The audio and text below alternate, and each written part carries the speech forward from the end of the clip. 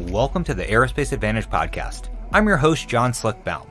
Here on the Aerospace Advantage, we speak with leaders in the DoD, industry, and other subject matter experts to explore the intersection of strategy, operational concepts, technology, and policy when it comes to air and space power. So if you like learning about aerospace power, you are in the right place. Now, to our regular listeners, welcome back. And if it's your first time here, thank you so much for joining us. And as a reminder, if you like what you're hearing today, do us a favor and follow our show. Please give us a like and leave a comment so that we can keep charting the trajectories that matter to you most. Now, I want you to think about today's security dynamics. Vladimir Putin may invade Ukraine, the threat environment is scaling off the charts in the Pacific thanks to China, and it doesn't stop there with the US still juggling challenges like the Middle East and protecting the homeland. Now, air power is a key resource required to successfully operate in each one of these regions. But forces are stretched too thin to meet real-world demand. And let's be honest, if things escalated in Ukraine and the U.S. Air Force is asked to engage, we'd be stretched thin. And it gets even worse if demand escalates elsewhere. 185 F-22s translate to about 100 able to deploy at any given time. Once in theater, these operate in cycles, so you've got some on station, some coming home, and some getting ready to launch. Do that math and add in some downtime for maintenance, and you're looking at 30 jets in the air at any given moment across a large region. Now, that's the entire F-22 fleet. We can turn to the F-35, but we've only got about 300 of those given that it's still in production and we're building towards top-line capacity goals. I haven't even begun to talk about meeting demands in the Pacific, the Middle East, or defending the homeland. It doesn't take a genius to realize that the force is too small given today's security demands. Sure, we wish things were calmer, but our adversaries hold that card. And the smaller our forces get, the more we incentivize aggression because our opponents think they've got a shot at getting away with it. We can't be in two places at once, so it's really solid odds that we won't have enough aircraft to respond. We often hear this sort of situation as unprecedented, and yeah, in some ways it is, but in other ways it simply isn't. We're going to talk about one example that aligns really closely with the dynamics we're seeing today, the air war over Korea, and what it means given current challenges. And with that, I'd like to welcome Mitchell's Executive Director, Doug Birkey, who just released a report on this topic. Slick, thanks for having me, and you're right. Too often we look at challenges in front of us, and we think we've never had it so bad. But the reality is, if you look at the history that we've been through, and especially in recent decades, there's been a lot that we've confronted, really challenging situations. And look, it's not always going to match up 100%, but it's often close enough to really offer some useful perspectives. And that's why I really wrote this report. I knew about Korea from the general sense, stuff like MiG Alley, B-29 raids, carriers launching aircraft to go do strike missions. But I really didn't know a lot of the details regarding kind of the operational and strategic factors that were in play and leadership considerations. And, I got to be honest, it's hard to find the resources on this. I've known forever that there's an official Air Force history on this, but it's bigger than a brick, literally. Very detailed and all that, good resource. I used it for this report, but for casual reading, come on. And there's some other books out there, but they're really tactical, put you in the cockpit over MiG Alley from the perspective of a captain or a lieutenant. And look, man, I love those too, but they're more adventure stories than they are really air power analysis pieces. So Sure. No, totally. So I wanted to do a piece that was actually going to look at the drivers that were driving decisions back then. And it's stuff we talk about all the time here on the podcast. And it's really what's driving the thinking that's manifesting actions at the operational and tactical levels. And so, political pressures, inter-service challenges, the threat, budget realities, operational demands, you get the mix. Yeah, sure. So with all of that, Doug, set the scene for us. I mean, this is 5 years right after World War II, right? And we're at the front end of the Cold War, but we still have a pretty big Air Force at that time, right? Well, this thing kicked off and nobody thought it was going to happen. It was an absolute surprise. The North Korean forces went over the 38th parallel at 4 a.m. on July 25th, 1950. And just to be clear, the 38th parallel was pretty much a new division between the two countries that were, in fact, new countries based on the results of the war. It was chosen arbitrarily by some very junior staffers at State Department at the end of World War II. The only reason why there was a communist section of Korea was it was a offering to the Soviet Union for coming in the Pacific at the tail end of the war. And so this is all really, really new stuff in many ways. And in fact, we had even considered not including South Korea in kind of our zones of interest where we would draw red lines around the world with the opening of the Cold War. So North Korean forces come surging across the 38th parallel, and it's brutal. I mean, South Korean forces are streaming back. It's very ugly. And in fact, we had purposely kept them weak. In the ironic factor here is that we thought they were going to invade the North, and we didn't want them to be armed to go do that. So these guys are not set up to fight. And we had pulled the last of our forces out of the country by the time this had happened. There's a very small-scale presence there, mainly embassy kind of folks and all of that. And so it took time to figure out what was going on. I mean, remember, this is before the era of incredible situational awareness, of space assets or U-2s or all of that. You know, you don't have people everywhere with cell phones or smartphones telling you what's going on. And we didn't really have many forces in theater. So we're trying to figure out what's happening. But it rapidly becomes clear that there's a disaster afoot here. And it's clearly going to be one of the first fights of the Cold War. And to answer your initial question here, no.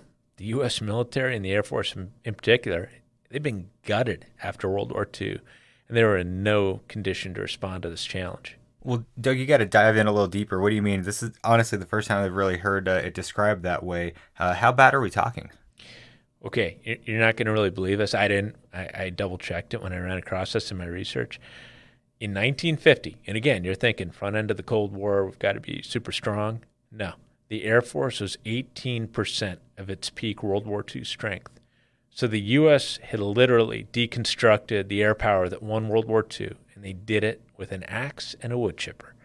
Aircraft were scrapped at record rates. Their spares are destroyed. Pilots and experienced maintainers, they're out. Support equipment was tossed. It was all gone.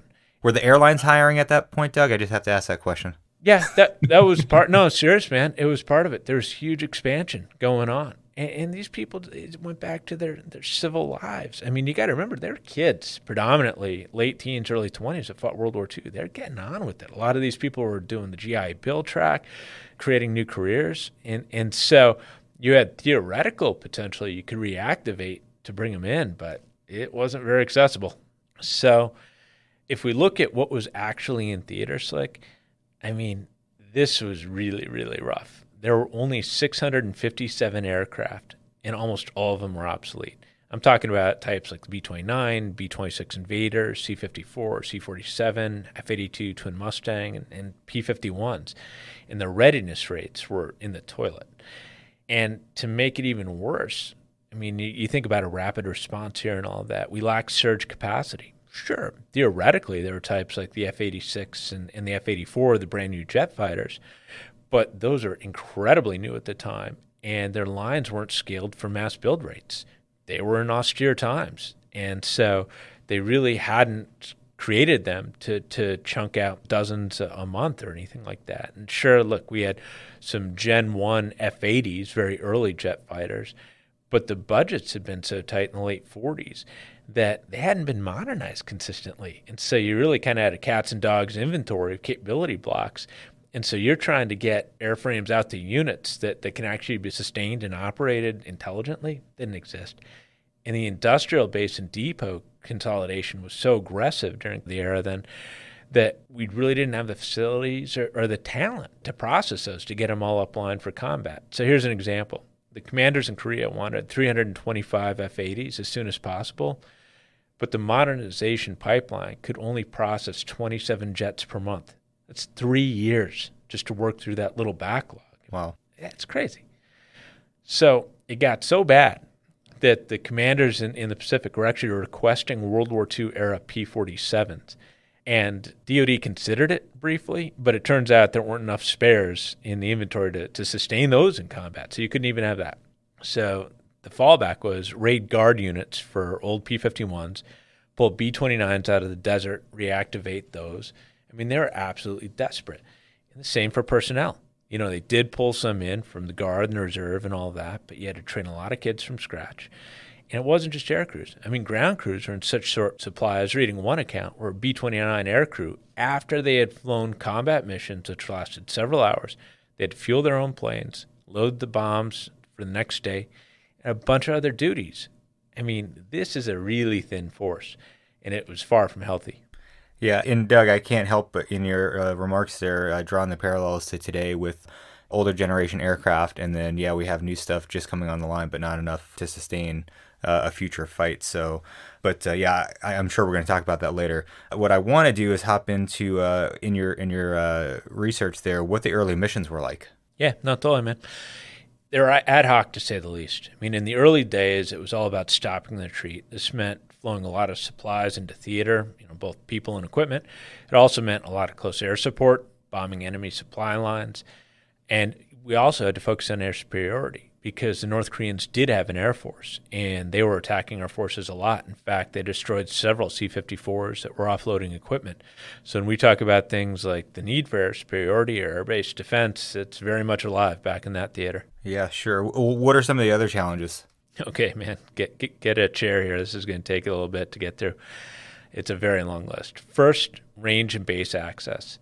Korea had very few airfields, and the ones that existed were almost entirely built by the Japanese in World War II, and they're dirt and grass facilities. They couldn't accommodate jets without major rework, and even World War II types like the P-51 were taking a lot of risk to use them.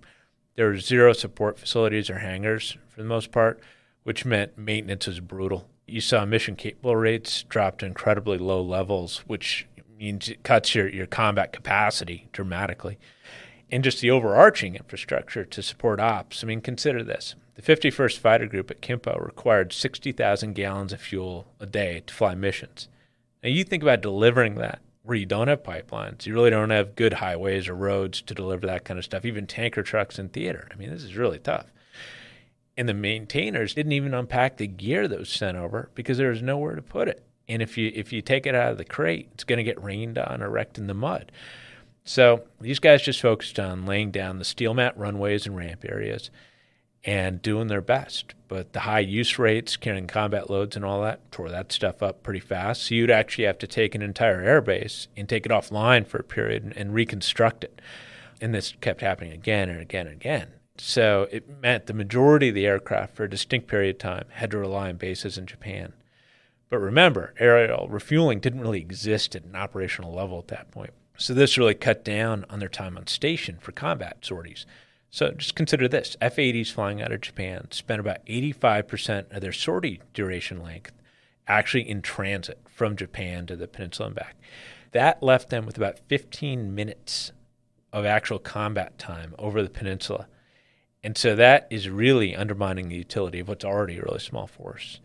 And then even when the jets could operate from Korea, range is still a problem. I mean, these early jets were very fuel thirsty and not efficient at all. So F-86s flying up to the border with China, traditional MiG-alley, would only be able to stay on station about 25 minutes.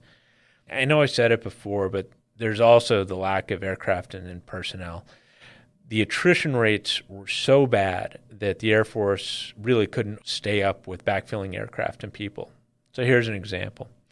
During one period of the war, the Air Force was losing 93 B-26 crews a month.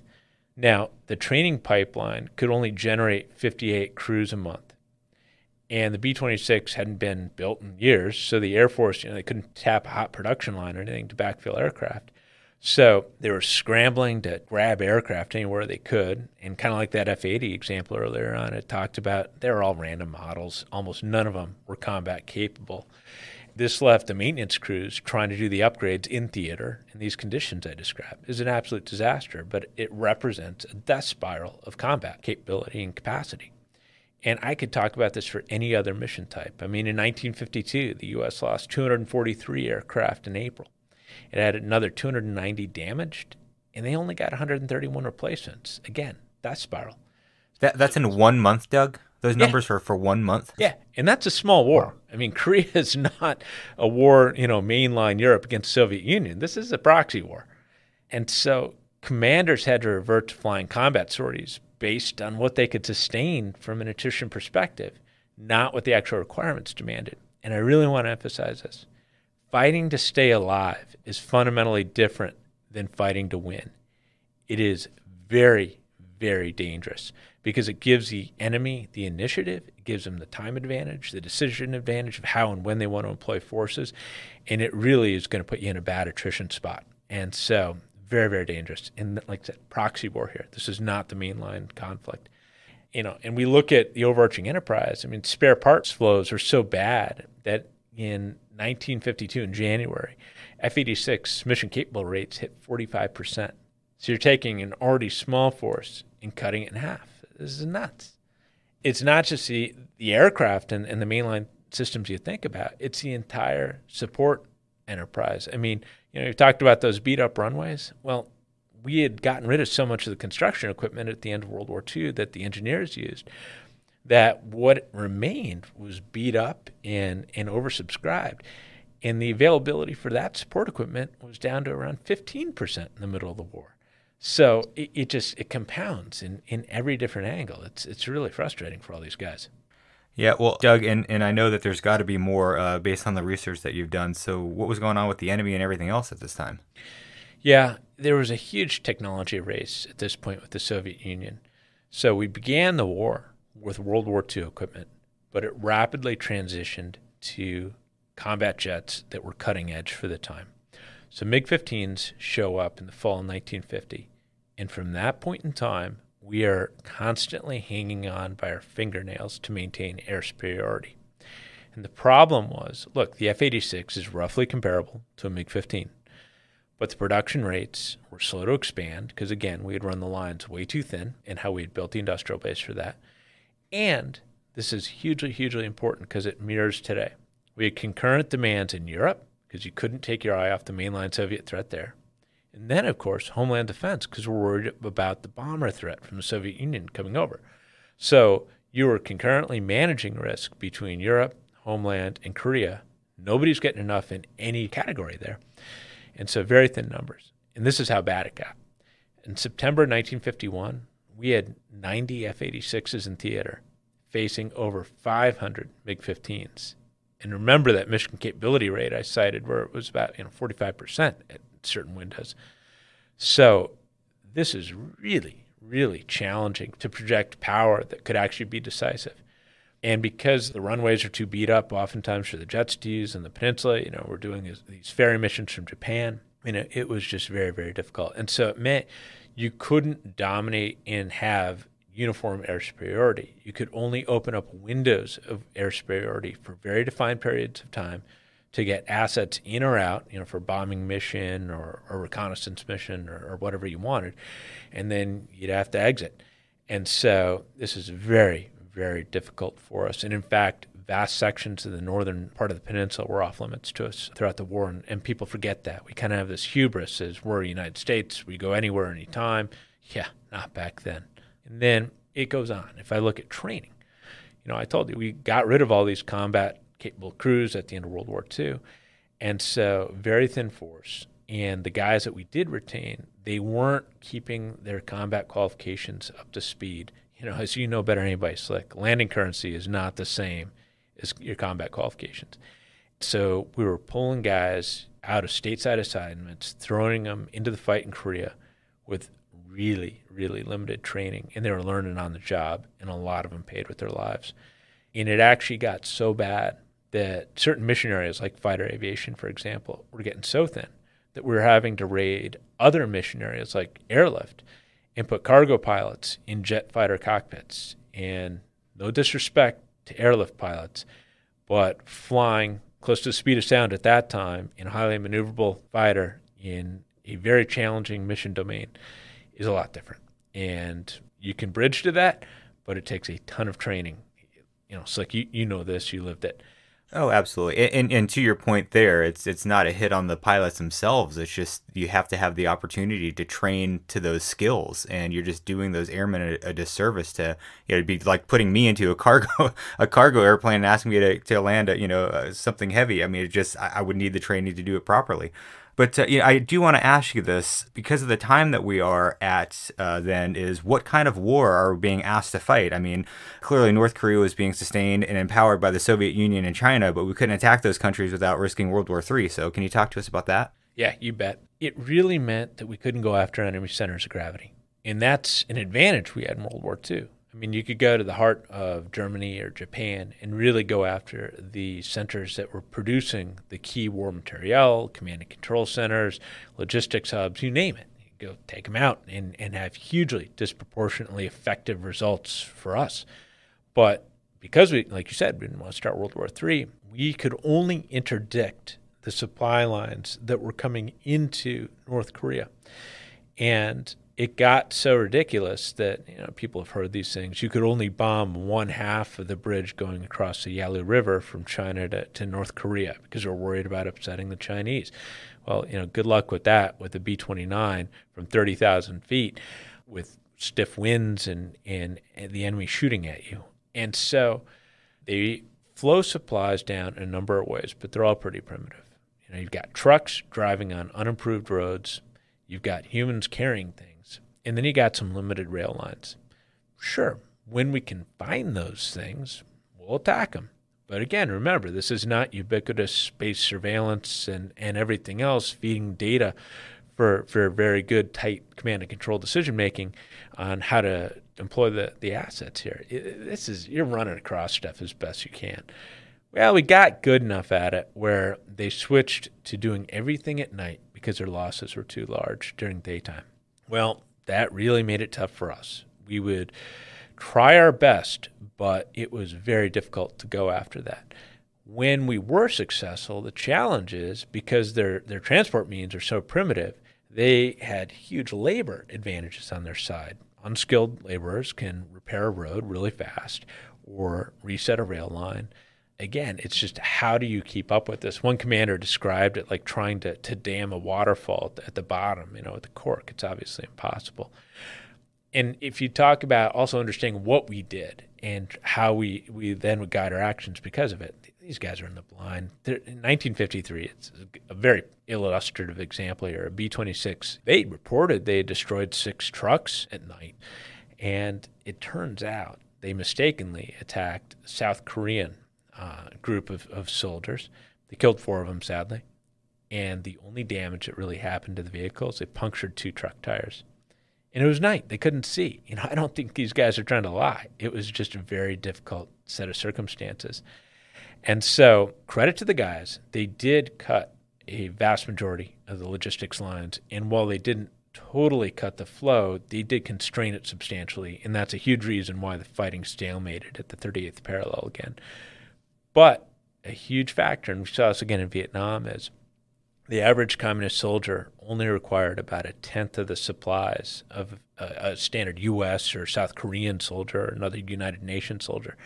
So they really could survive on a trickle. Yeah, no, I really appreciate this. It makes me wonder what's going on with the other services and how things are on the joint side of the equation. Was air power well integrated with the other elements of air power from the other services? Yeah, I wish I could tell you it was, but quite the opposite. And this one's really important because we've seen similar problems in recent years, especially over the last 20 years in Iraq and Afghanistan, where a lot of the command structures were not joint. They're very service-dominated. So let me kind of paint a picture here for you. The command structure was built with the commander of the United Nations forces in Korea, dual-hatted as a commander-in-chief of U.S. Far East forces. General MacArthur was that leader for the beginning of the war. He then, and this happened very similarly in Afghanistan and Iraq, triple-hatted himself as commander of U.S. Army forces in the Far East. Well, that leaves the commanders of Naval Forces Far East and Air Forces Far East pretty far down the command ladder. And if this wasn't bad enough, MacArthur staffed his headquarters with Army officers almost entirely. So there really wasn't any Air Force, Navy, or Marine representation. So that leads you to a very one-sided assessment of the issues and how you're going to make leadership decision calls. And so it predominantly saw air power directed for close air support missions at times when it should have been focused elsewhere. And just technically speaking, Army leaders were asking airmen to do things that were unwise or oftentimes fought with the laws of physics. It was very, very frustrating here. And they also wanted air power assigned organically. And as we all know, it's one of the biggest lessons from World War II is you can't do it that way. It is too inefficient. Air power can cover hundreds of miles on a sortie You cannot just restrict it to a very small area. We don't have enough of it to do that. And so very, very difficult times. On top of this, Navy and Air Force leaders weren't communicating very well. This led to naval aircraft and Air Force aircraft at the beginning of the war flying completely uncoordinated missions, doing their own thing respectively, left huge gaps. Sometimes it saw us doubling up when we shouldn't have been. It got so bad that it finally just forced cooperation, and it led to the creation effectively, they didn't call it this back then, but Combined Forces Air Component Commander, the CFAC. And that was the Far East Air Force's commander that was granted that coordinating authority. Things really didn't get better until General Mark Clark arrived in 1952 on the joint side. And to his credit, he insisted the headquarters staff had to really become joint.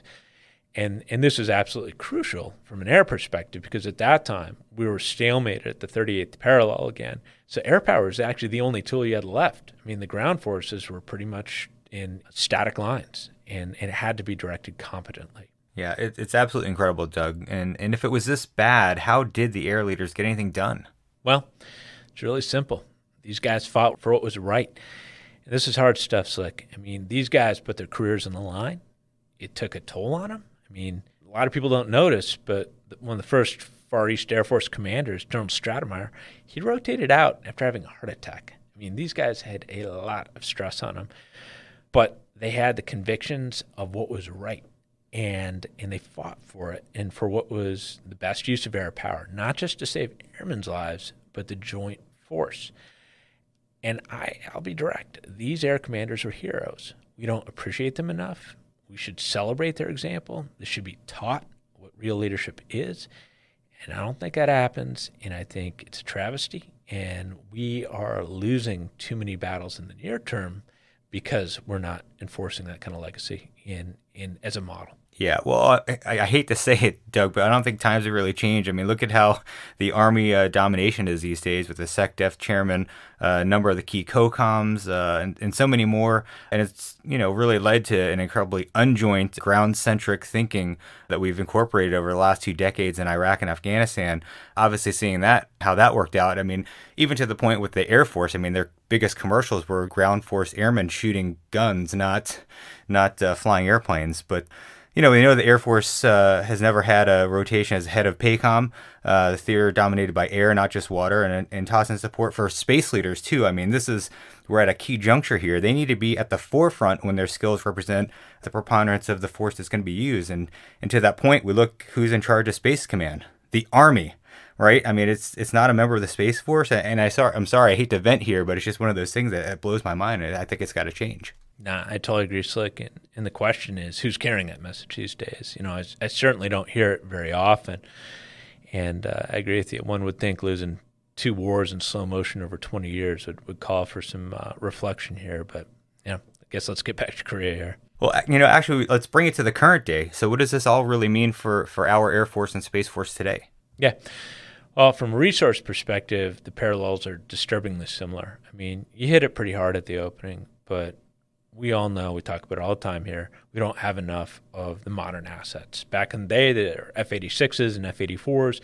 Today, it's 5th-gen fighters, stealth bombers, airlifters, search and rescue, ISR types, C-2 aircraft, electronic warfare systems. We just don't have enough in any category. I mean, we can barely meet the demands for a smaller contingency, and we'd be a breaking point for a major war, especially one that lasts a long time. We see these attrition rates from Korea. Not going to be much different today, probably worse.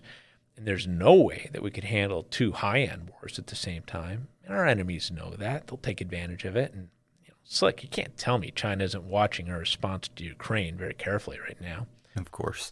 And we don't have enough people. I mean, let's consider the fact that we've had an extended pilot and maintainer crisis for several years now, and this is during peacetime. There's no way that we have the capacity to backfill combat attrition in key personnel areas. We took away the ability to surge production of those folks for a budget efficiency after the Cold War. We've never regained it. And you know this, man. This is your life. You cannot surge that stuff. You have to experience people over time. And this is not flip of the switch kind of stuff to regain it when you need it. They experienced it back then with far simpler systems. You look at where we are now with technological sophistication and complexity, and it's just so much harder. It's the same for production lines of aircraft, munitions, support systems. I mean, there's just no way we can surge to meet wartime demands. And we've also taken risks with our spares inventories for budget savings. So we can't even fall back on that. So, I just look at the whole picture. I mean, heck, you look at the flying hours guys are getting these days. It's not enough. The numbers are way down. We always used to pride ourselves that, well, we might be, smaller than the enemy, but we're better. We're getting all these hours. Look at us. We're great. It's not the case anymore. Oftentimes, when you look at the numbers, it's pretty scary. Yeah, it is. I mean, the numbers from a flying hours perspective is a direct reflection. I mean, in the squadron, when I was a captain, we would laugh at the North Korean pilot training program, and not just from like getting their wings, but what they did on a daily basis flying, because they flew maybe like 100, 150 hours a year at best, and we were averaging 330. And now we are today, or our pilots are where the North Koreans were back when I was flying. But and I don't mean it from a historical perspective, but it's just things have really changed. But what about logistics and basing? I mean, that's something that has to be a key element in all this as well. Oh man, you bet. It's everything. People forget it's the glue that holds the entire force together. So you look at the limited number of air bases we have in the Pacific and our ability to defend them. I mean, it's a huge vulnerability. There just aren't many. And we lack enough airlifters, especially when you consider that the civilian providers, the civilian air reserve fleet craft that we've relied on for the last 20 years, they're not going to fly into harm's way with civilian crews in combat zones. And so that means we are leveraging a huge percentage of the demand on the combat airlift crews, and they have to handle the spikes in demand.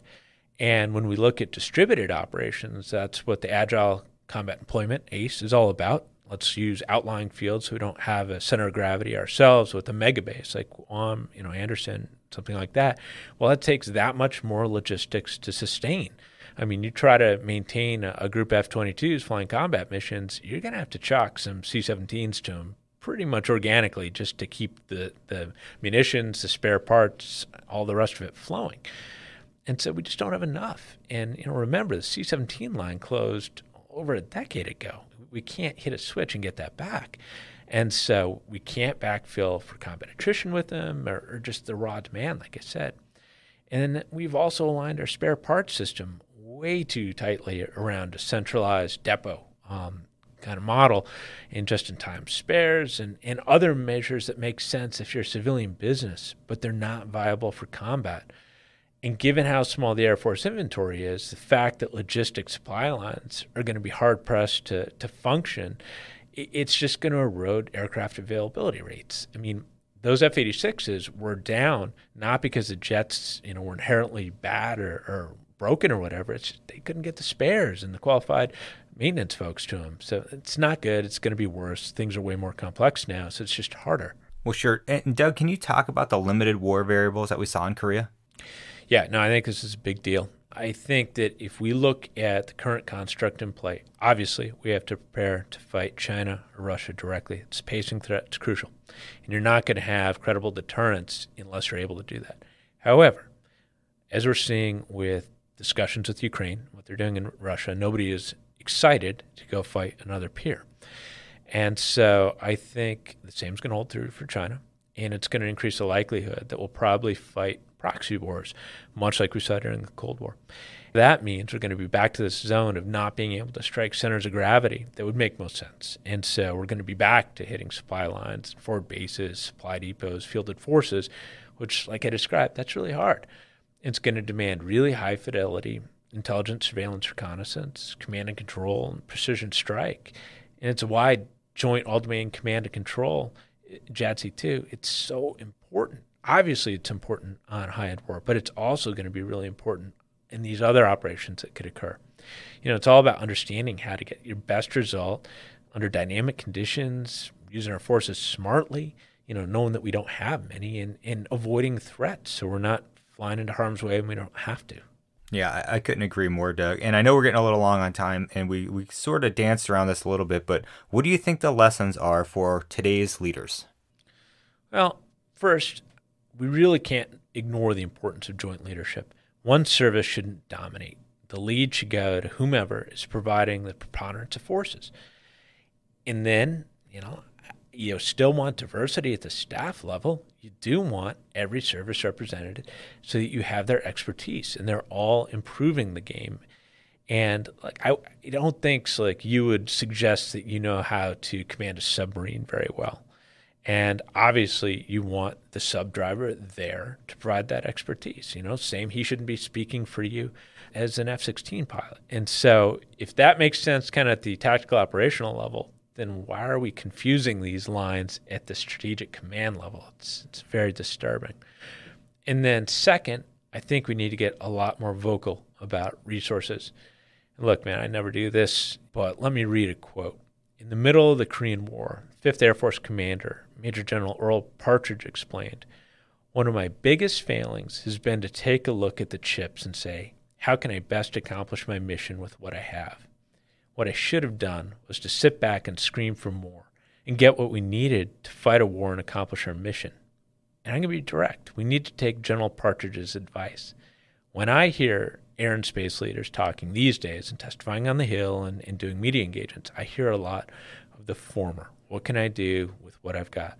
When in fact, it is time, given what's at stake and the operational requirements, to speak to how we can best net what the nation needs most effectively and efficiently through air and space power and make the case for that. I know the top line budget is not going to go up, but we can shift within the DoD budget. And I think it's time to really think about that. I mean, let's not forget, General Deptula brings it up a lot, but he's right. You look at the last 20 years, the Army got $1 trillion more than the Department of Air Force. And it is time for rebalance.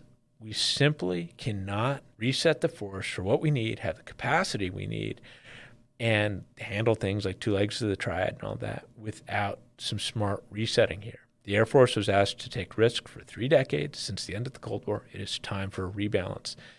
And you cannot have joint power without air power and space power. And so it is time to reinvest in those services. And it's time for leaders to make that case. So that's it, man. Paper's online if folks want to read it on our website. And bottom line, I think Korea offers us a lot more than flying stories over MiG-Alley. And that's why I was really excited to dig into this. And so on that note, I'll bring up another quote here, breaking my rule twice here on this episode. I love it. But this one is from General William Momeyer, who served in World War II, Korea, and commanded in Vietnam. And he really sums up a lot of how I feel about this history. And he said, "We mustn't rely entirely upon history for yesterday's ideas to fight tomorrow's wars, after all. But I hope our airmen won't pay the price in combat for what some of us have already purchased." Yeah. Well, that's great. Well, I won't do a quote, but I'll paraphrase Colonel John Boyd when he said, be or do, right? So it's time for some folks, it sounds like, to stand up and not worry about their next rank and fight for what they know their airmen need. Yep, too true. Well, Doug, thanks so much for being here. We always learn so much from you and really appreciate your time from your busy schedule. Thanks, Luke. Thank you, our listeners, for your continued support, and thank you for tuning in today. We've got a lot of new and exciting content coming your way, and this year, we're headed out to air and space events near you, so don't forget to follow or subscribe to the podcast. Follow us on Twitter, Instagram, Facebook, or LinkedIn to find out where we'll be and what the Mitchell team has in our site picture. And please, don't forget to leave us a rating. Hit the like button and follow or subscribe to the Aerospace Advantage. Also, leave us a comment to let us know what you think about our podcast and let us know areas you think we should explore further. Please visit us at mitchellaerospacepower.org to read the latest reports, events, and analysis that are charting the vectors for our air and space forces. Thanks again for joining us, and we'll see you next time. Stay safe and check 6.